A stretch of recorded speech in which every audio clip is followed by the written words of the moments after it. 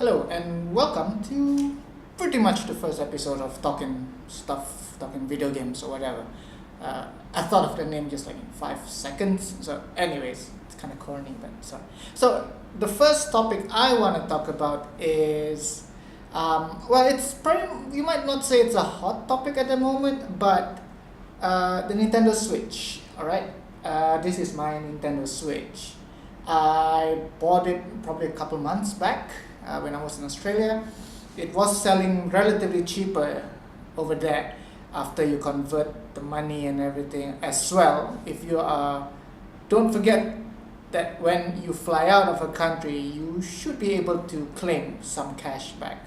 So after calculating everything, I figured it's much cheaper to buy it in Australia and claim your VAT or GST on the way back, which takes down the price really significant. It's actually, after you convert, after the deduction of everything, probably is 1,500 ringgits, which is a very good bargain. So if you intend to get a Nintendo Switch, and if you're traveling, that might be a good time. The only downside is the warranty. The warranty for this one is with EB Games Australia. So that might be a hindrance if you're so much into the warranty or if you want to resell it, because that might be a put-off. But value-wise, it's totally worth it. But the reason I'm going to talk about it is, how does the Nintendo Switch fare after 3-4 months after its release? In case you're still wondering how big the Switch really is, this is it in my hand, and this is how it compares to a Nintendo 3DS XL.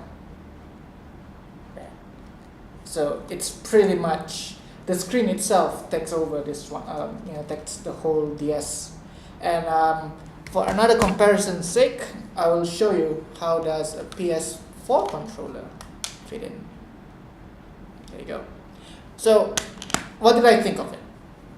So ever since I bought it, I've only docked it inside the dock for the television only once, just to make sure it worked.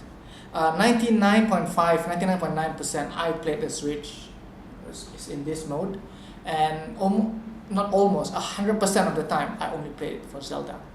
Obviously, I think it's easily the front runner of Game of the Year 2017, easily. I'm not a big Zelda fan to begin with, but I spent more hours on this. I think the other game that comes close is Overwatch, but the immersiveness, the mechanics, the story ain't that great.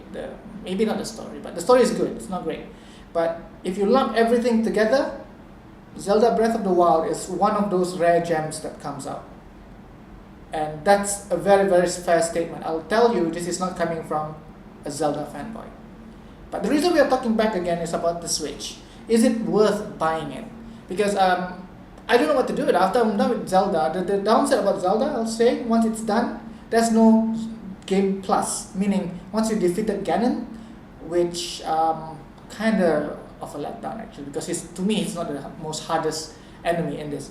After you defeated Ganon, there's no continuity. Pretty much the game ends. You can continue your save file, but the save file that you continue is before you go in for the final battle. So you can't actually carry, you don't really see how Hyrule is after Ganon is defeated. So that's my only gripe about the game. But in total, awesome game. But then again, back to the Switch. After I finished that, I had no reason to play it, to keep it anymore, because I thought, I'm not much of a repeater. Once I'm done with the game, I'm done with it. So I put it on carousel, and a lot of people want to buy it. All right, but so in case you're still wondering whether you want to buy if you want to buy a Nintendo Switch, how is owning a Nintendo Switch in Malaysia like?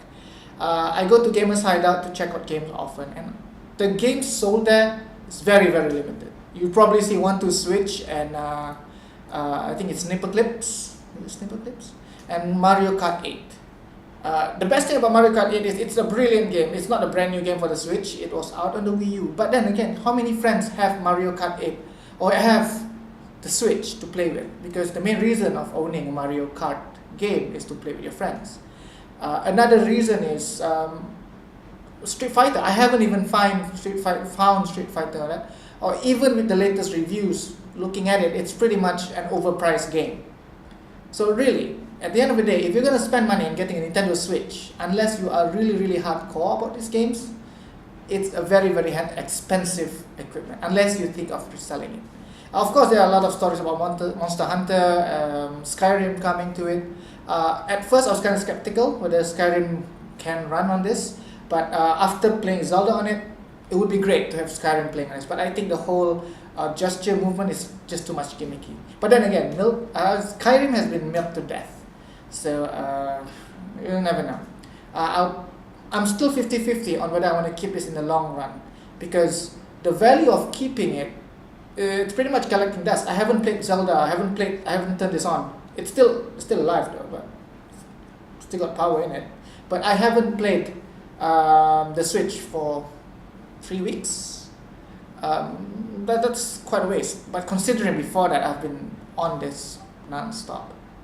So that's about it for actually owning a Nintendo Switch in Malaysia. If you have any questions, do drop a line. I just found out recently that you can add your friends. I think they just released a patch where you can add your friends on DS to the friend code with the Switch, which is kind of cool. But then again, I don't think crossplay is not available yet.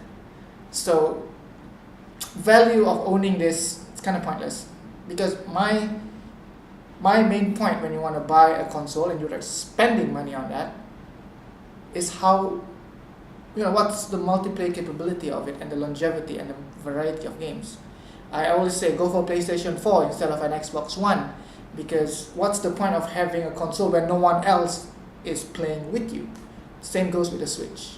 So there you have it. If you have any other questions about Switch, drop it in the comment section below. I'll be happy to answer. To subscribe, drop a like if you think the video is informative.